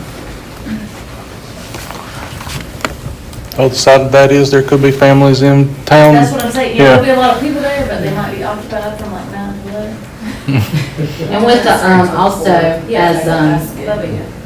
as this is approved, we also already have, we realize that this is gonna take some, I'm not here asking for money tonight. I'm not saying, but tonight I'm not. Tonight I'm just asking for permission. But with that, we have contacts with Purina. We would love to see the countywide FFA come together and be a part of it and just bring back, I'm sure everybody here as a kid attended a county fair somewhere in their life, and it was the best memories that we had. We want a pie eating contest, a hot dog eating, all that good stuff. Blue ribbons, you know, the animals, everything. So, and we did, I guess you'd call it like a little survey, getting people's comments and suggestions, and there was not one negative. Everybody was like, oh man, that would be great. So if we could make that happen, I think that would really. And it's my understanding, used to the county fair was held here in Payson over at the American Legion. Used to be a structure over the side of Years ago, yeah. Laney Cemetery that they used to have. There used to be a little entrance way into the fairgrounds, which stood that little building. So Yeah. I think it'd be an excellent idea to have a county fair back here. Oh, yeah, you can do All kind of stuff, yeah. You can barbecue, you can do barbecue competition. There's a lot of things you can tie into this stuff. I'll volunteer. We got a judge. Too bad I won't be pregnant during that time, because that would be right. Well, then they do have Ask your excuse. I know, I lost my excuse. So, yeah. But that's all I have. I just wanted to present the proposal to you. Any questions, comments from council? It's already, the facility's already booked right now, right? Well, I know it's, Jason Hicks Memorial. oh, yes, yeah, she gets the community center part of it. And so her only concern, when I brought it to her, because I told her, obviously, with it being Memorial Day weekend, is that due to the Chesterfield County graduation, that takes her, I guess, the ROTC group away for the colors. And so she asked if I could possibly find another group of ROTC to present colors and arms and stuff. And I said, absolutely. And I told her, I made it very clear, I said, we are not doing anything to overshadow, take away of any sort. That's not who I am, and that's not how I operate. But I would love to come together and, if anything, bring it, make it big and just roll with it. And she was completely okay with it, very excited about it. And usually they're over with by 4 o'clock. Oh, yeah, she said by 3 o'clock, they're done. That's usually when they're done. Yeah. So, I mean. There's no conflict. Oh, yeah, no, that's what I'm saying, and I told her, I said, tonight we're just getting permit, but, yeah, I told her I would get, a plan so she can take it to her board as well, because they have to approve it too. So, I mean, but she was, as far as herself, she was very much on board with it and very willing to go on with it, so that's where we're at right now. It's a good flyer too. Thank you, my graphics designer. She does all my flyers. That's real good. So. Any questions, comments? If there are no questions or no comments, I need a motion to approve the proposal from the Main Street Director to host a Chesterfield County County Fair in Pageland on the date specified on the proposal. A motion. Got a motion, got a second. Any further discussion? Hearing all in favor, raise your right hand. Unanimous. Thank you. Appreciate it. Do we have permission to leave? I'll leave for the beach tomorrow for my judge's conference. I got packed. That's fine. Thank you, guys. Thank you. And ladies. Next on the agenda is the Walmart grant, Mr. Sly. All right, the Poston Chamber of Commerce has requested that we distribute the Walmart grant to them. The town applied for that grant back on May 3rd, and it was for summer movie food program in the amount of $5,000.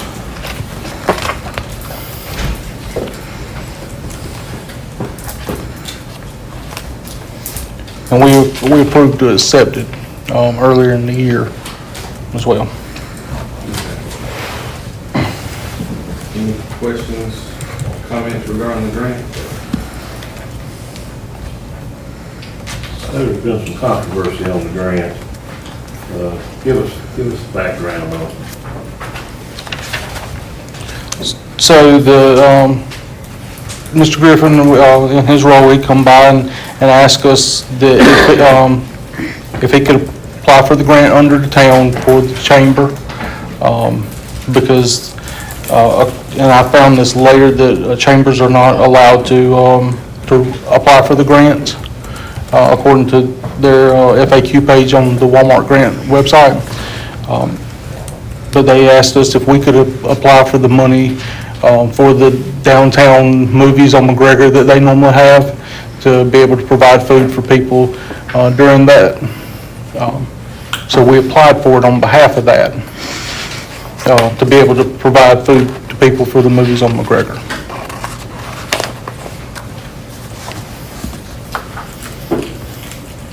So is that still gonna happen? Or, I'm more than willing to working with the chamber and making sure that, if we can get some stuff together and making sure that we distribute the grant the way that it's written, I'm more than happy to help them with that. yeah, we could do it on Halloween. so Like, like March of October, because I know they have to be. Tim, I know you're no longer the president, but, They'll have to give us Lavon. okay.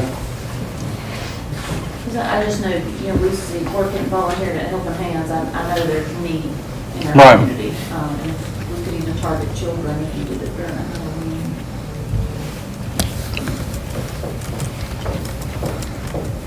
I'm more than willing to work with the chamber on hosting some movie events and making sure, the people, the food gets distributed as the grant was written. So is there any action that needs to take place tonight? I need action as to how y'all want me to go about dispersing this grant, whether you want me to give it to the chamber, whether you want, however y'all would like me to. Can we look at the next meeting and address it then? Yeah? Because you said we're gonna meet again in September. anyway, Yeah, we so- probably will meet again later. I'd like to get some more information. Yep, Yeah, make sure you follow the guidelines right. which you apply. You could reach out to the members of the chamber and ask them Okay. what they would like to be seen done, like what would be a good idea or something too. Right. So it's recommendation to table at this time and pick it up at the next council meeting. Y'all fine with that? Okay. With that being said, need a motion to table the Walmart grant to the next council meeting. Motion. Got a motion?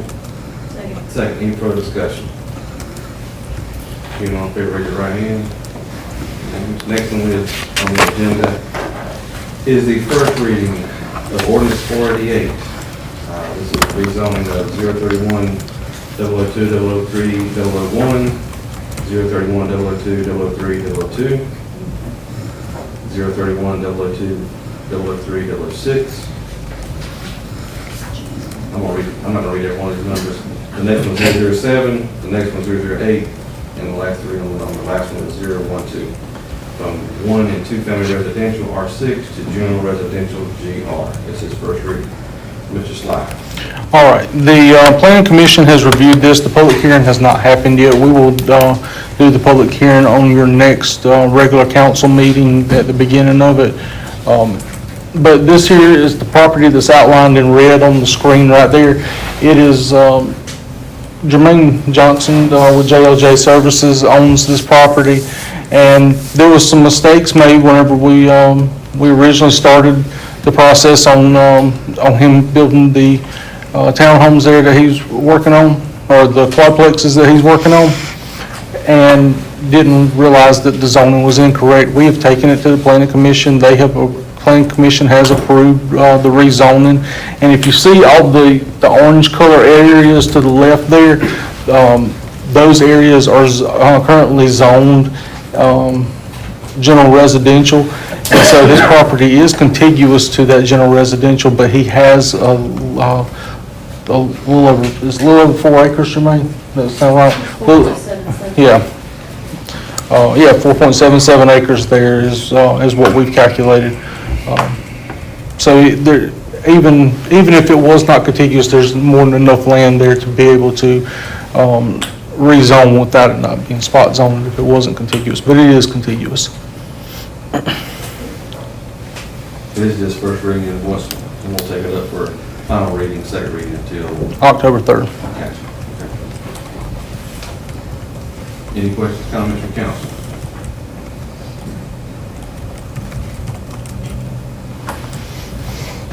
There are no questions or comments. We approve the motion to approve first reading of ordinance 488.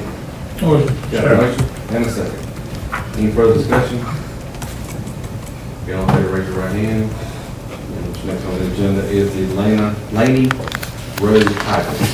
Mr. Sly. So we had a meeting here a couple months ago, actually it's been about a month and a half ago, with the folks at the Laney Road project. And Mr. Rivers may need to fall in here and help me with some of this, but to get the fire flow that they needed, they were not able to get the amount of flow that the fire department figured that they needed off of just the town system or off of just rural water system, even though it's within town property. The rural water does have some lines there. So one of the options that was established there was the possibility of putting some hydrants on rural water system to allow them enough fire flow on the Laney property to be able to meet the demand of fire protection. And to install those 4 hydrants, rural water sent me a quote for 4 hydrants at $7,000 a piece for a total of $28,000. That would be on their system to be able to provide them with enough fire flow. So this is for fire protection for The- potential future development. That's correct. I did check to make sure we cannot use the impact fee money on this because it was not specified in the capital improvement plan for fire hydrants. And as far as timing to make this purchase, do we need to wait for the first home is being built before we do this? Fort Horse is going to spend $20,000 on something they decide to never do it. Right. I want some commitment on their end. Yeah, I agree. I want some further commitment on their end. Have they closed on the land? Yeah. Yes, They've closed. they have closed on the land. The middleman developer has closed on the land. A builder has not. GIS still reflects the Laney family as. It's, the deed's been filed. Gotcha. I've Because reviewed it's a it. timing thing with it being reported properly in GIS. Correct. I've had a couple people asking about that, so I want to make sure that's still the case. No, I've reviewed the deed myself. Gotcha. I'm fine with doing the 4 hydrants, but I don't want to put them there until we see the first house being erected. That's when I say that's my opinion. Yeah, start doing some site work. I want to see some skin before we start putting ours in. Mr. Mayor, if I could share with you just a second. Sure. This is really a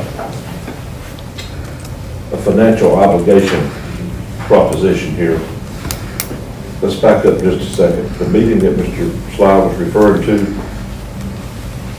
there was a laundry list of issues out at the property that need to be resolved amongst builder, rural water, the town's engineers, their engineers, et cetera, so forth. One of those items was adequate fire flow in the complex of residential homes that will be ultimately built out there. 502 single-family dwellings, 165 townhomes. In reviewing this from the beginning, some of the problems have been having adequate minimum needed fire protection water supplies at the property to service the property. They're putting in more than adequate mains, types, number, and spacing of fire hydrants on the streets in the development. The problem is what we hook to it is the supply, the town supply. We don't have the current infrastructure to provide the minimum needed fire flow throughout that complex as it's built out. So the alternative became, since there happens to be 2 water systems right there on the same road, Laney Road, let's use one as the primary, which will mostly get it done, but it won't quite meet the mark. And to keep everybody sound and happy and meet minimum standards, let's also tap into rural water system to provide some supplemental water supply to meet this minimum need. Those were kind of what we arrived at during that meeting. There's a couple of caveats I think are important going forward, and you guys will hear about this again one day. Myron, one of our engineers, has studied the thing. They're going to do some upgrades to the rural water system. And when they do, and our system, and when they do, we anticipate a closer to adequate minimum needed fire flow being provided out there after those improvements are made. They don't want to hold the development up waiting on the improvements to be made in lieu of these fire hydrants. So part of the solution was, hey, could we put some hydrants in a rural water system and that get us by for a year or 2 or 3 until these new system improvements are completed. Included in those improvements is our new water tank and some things rural water's doing. The answer was it's a viable solution as long as we go into it clear-sighted and know that not only do we need the hydrants, we don't have all the valves and hookups and fittings and things we're going to need for the fire department to make what they're talking about doing work. There'll be a little bit of expenditure there too. Of course, that's all in the future. The future to be is more determined by how accelerated their development plan is going to be once they finish meeting with DHEC. I think it's this week, no, DOT, this week on lowering that road elevation and stuff. So Greg said last week, they're practically ready to start, like soon, very soon, provided everything could come together. This is one of those items that needs to come together. May I add one more question too? If you do hold off, and Shane, this is probably a question for you, is Chesterfield County going to hold that same quote or a year down the road if we hold off on hydrants? This quote was given to me by Dustin Cato, who is no longer at Rural Water. His contract ended Thursday of last week. Don't mean that he's not still helping them, but his contract ended Thursday of last week.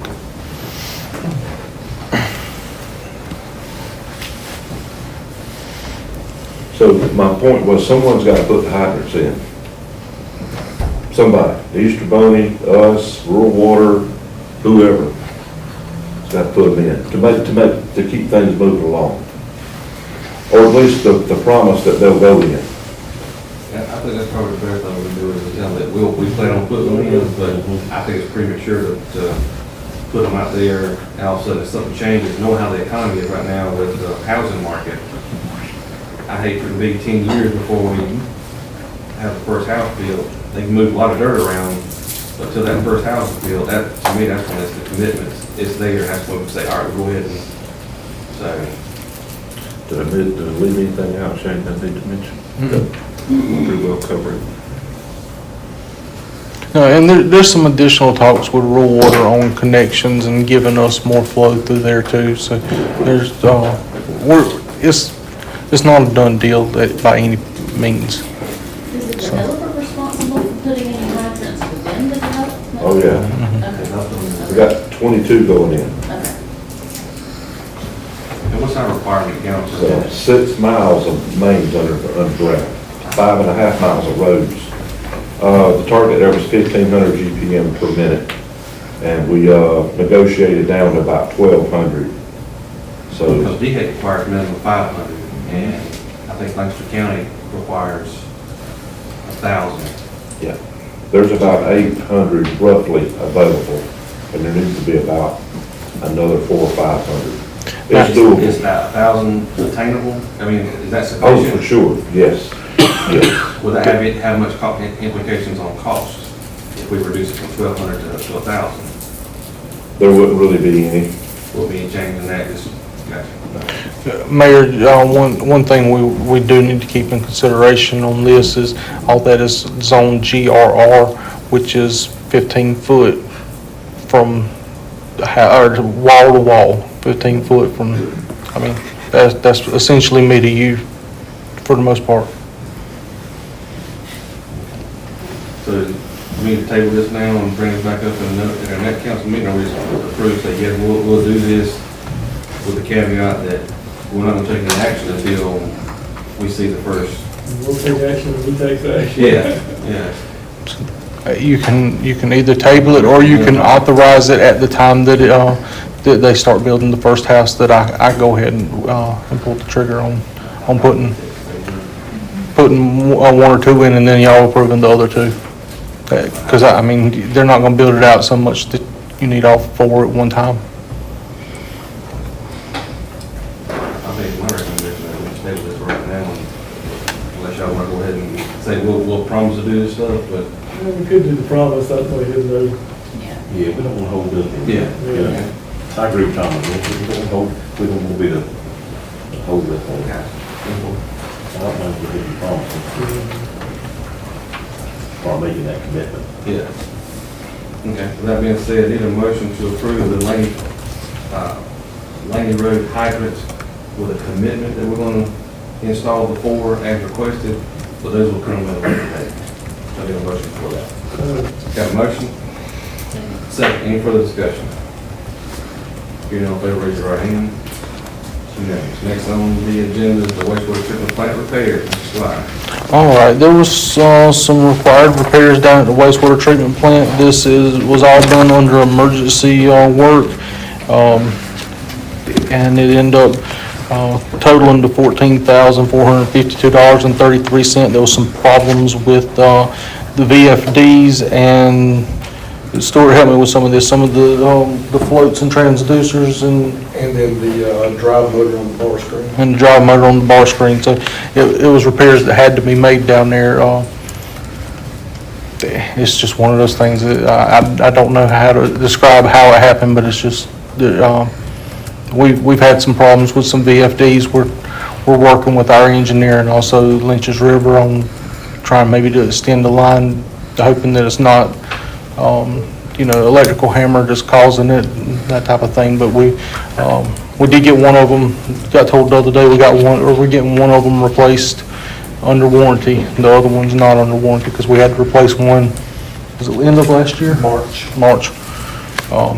And those things are $8,000 a pop, Not counting install. plus install. And so this is to be documented into the minutes, and there's no action on it, but just to make you aware of. And Kelly, for your notes, that's $14,452.33. Any questions, comments before we move to the next item?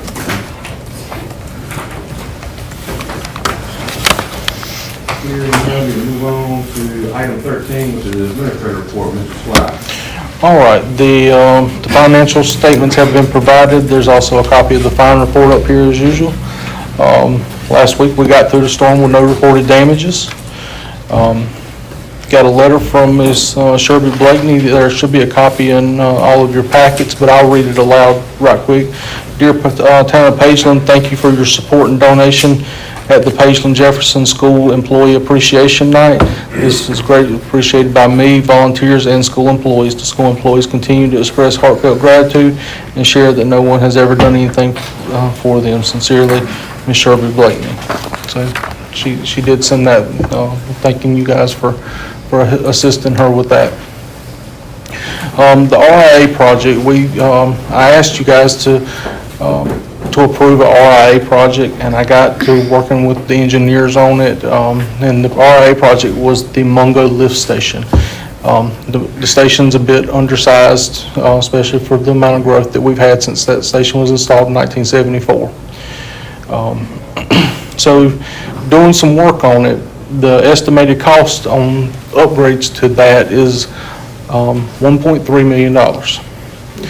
And of course, RIA does not pay for the engineering side of that, and so you add the engineering along with the town's 15%, and we come out to almost $400,000 that we'd be on the hook for in cash to pay for this.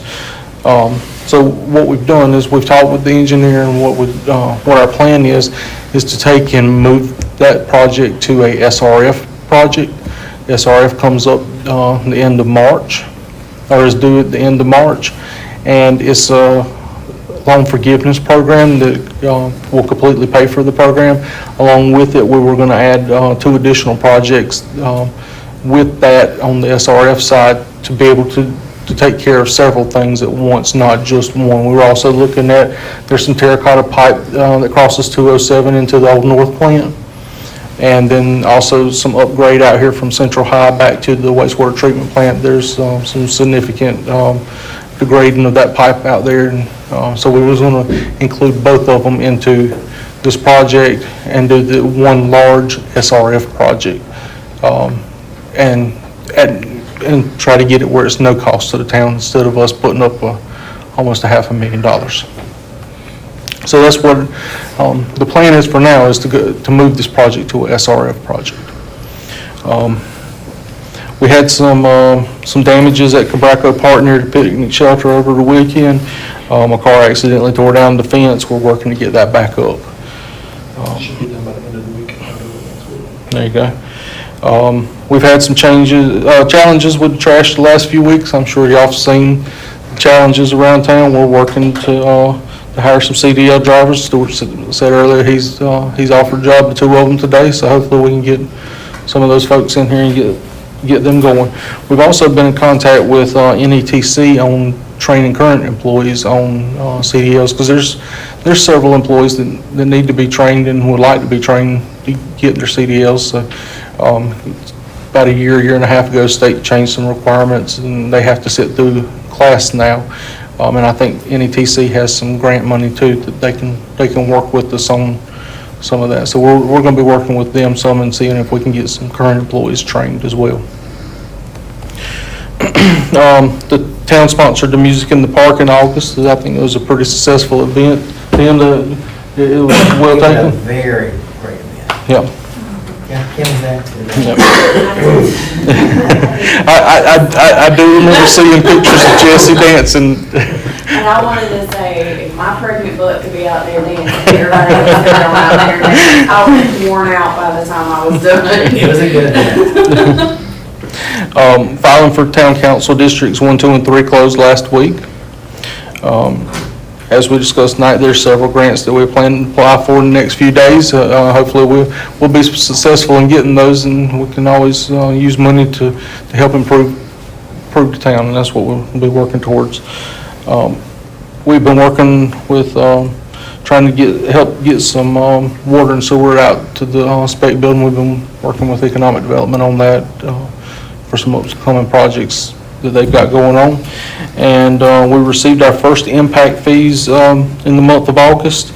They totaled $397,476, but they were paid under protest, so we've got them listed as a liability right now, not as an asset until that protest period ends. So, and that's all that I have at the moment. Any questions for Mr. Sly?